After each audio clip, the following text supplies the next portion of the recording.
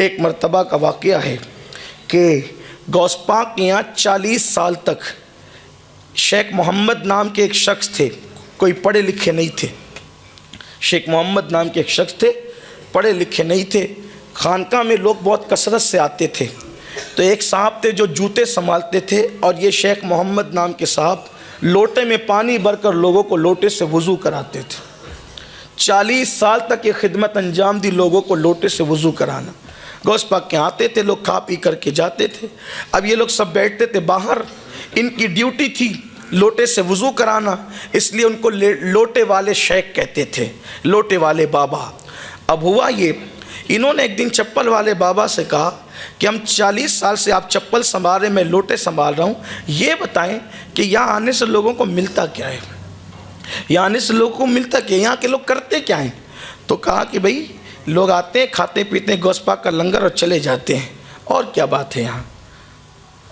अब जिसका जितना ज़र्फ़ हो वो उतनी बात करता है, जिसकी जितनी निगाह वो उतनी बात करता है। वो चप्पल संभालते थे, ये लोटे संभालते थे, पानी से वज़ू कराते थे।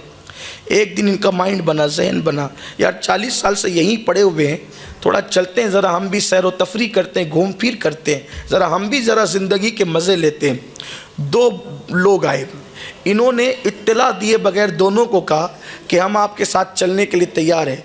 उनको पता नहीं था ये गौस पाक के नौकर हैं और गौस पाक की चौखट पे लोगों को वज़ू कराते हैं, उनको ख़बर नहीं थी। वो दोनों वली थे, और कौन से वली? अख्ताब थे, अख्ताब कुतुब थे वो। और कुतुब वो होता है जिसको अल्लाह ताला उसके शहर का निज़ाम संभालने की ड्यूटी अता करता है। ये अख्ताब की किस्म, औलिया अल्लाह की कई किस्में, एक किस्म उसमें से कुतुब है। ये दोनों कुतुब थे। इन्होंने लोटे वाले शाह को साथ लिया और साथ लेकर के चले।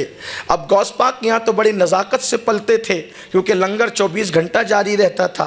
बड़े नाजों से पले हुए थे, खाते पीते थे। थोड़ी दूर चले तो भूख लगी। उन्होंने दोनों कुतुब से कहा, भाई हमें भूख लगी है, हम खाने पीने वाले लोग नहीं हैं, चलना हो तो चलो वरना वापस जाओ या रुक जाओ। तो इनको एहसास हुआ कि भाई अब थोड़ी देर तो चल चुके, चलना चाहिए। 24 घंटे चले, फिर कहा भूख बहुत लगी है, रहम करो। तो उन्होंने मुसल्ला बिछाया, एक साहब ने 2 रकअत नमाज़ पढ़ी, और जब 2 रकअत नमाज़ पढ़ी तो दुआ की। दुआ के बाद आसमान से दस्तरखान आया और तीनों ने मिल के खाना खाया, सैर हो गए। खाना आया तो नींद आई, पेट भरा तो नींद आई। कहा थोड़ी देर सो लें, काम सोने वाले लोग नहीं है, चलना हो तो चलो वरना रुको। मजबूरन चल पड़े। फिर 24 घंटे चलते चलते गुजरे। कहा भूख अब बर्दाश्त नहीं होती। दूसरे साहब ने मुसल्ला बिछाया, 2 रकअत नमाज पढ़ी, दुआ की, दस्तरखान आसमान से ज़मीन पे आया, तीनों ने खाया, फिर चल पड़े। 24 घंटा चले तो कहा भूख लगी। कहा परसों उन्होंने किया, कल हमने किया, आज तुम्हारी बारी है। कहा भाई मैं तो कोई पढ़ा लिखा आदमी नहीं, कोई बहुत इबादत गुजार इंसान नहीं, मुझे तो कुछ आता नहीं, दुआ करना भी सही से नहीं आती, मैं क्या दुआ करूँगा। कहा या दुआ करो या मरो, भूखे रहना है तो भूखे रहो, या तो अगर खाना है तो दुआ करनी पड़ेगी, मरता क्या ना करता। इन्होंने भी मुसल्ला बिछाया, 2 रकअत नमाज पढ़ी शेख मोहम्मद लोटे वाले शाह ने, और उसके बाद जब दुआ की तो उन दोनों की दुआ पर एक एक दस्तरखान आया था, लेकिन इन्होंने दुआ की तो 2 दस्तरखान आए। वो दोनों अख्ताब हैरान हो गए। कहा कि आप तो कहते थे कि हमें कुछ नहीं आता, आप पढ़े लिखे नहीं हैं, आप कुछ नहीं जानते, दुआ करने का हुनर भी नहीं जानते, आपकी बात पर 2 दस्तरखान कैसे आया।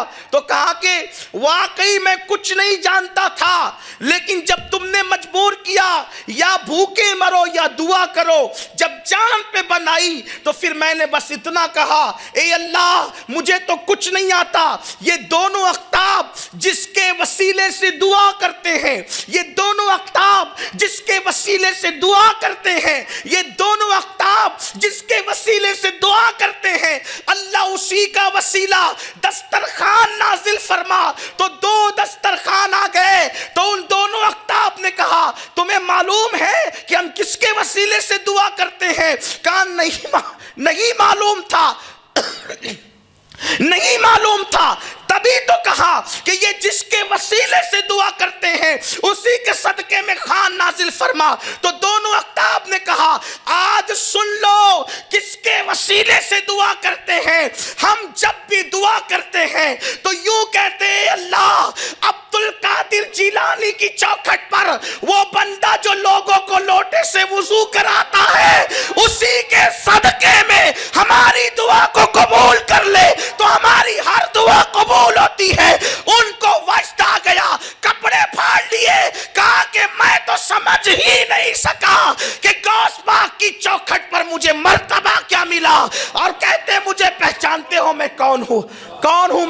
का वही लोटे वाला तो मैं भी हूं। मैं ही वो लोटे वाला हूं जिसके वसीले से तुम दुआ करते, जिसकी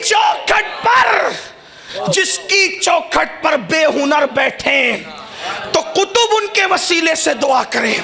जिसकी चौखट के बेहुनरों की ये शान है तो अब्दुल कादिर जिलानी की शान का आलम क्या हो। गौस पाक की शान क्या होगी।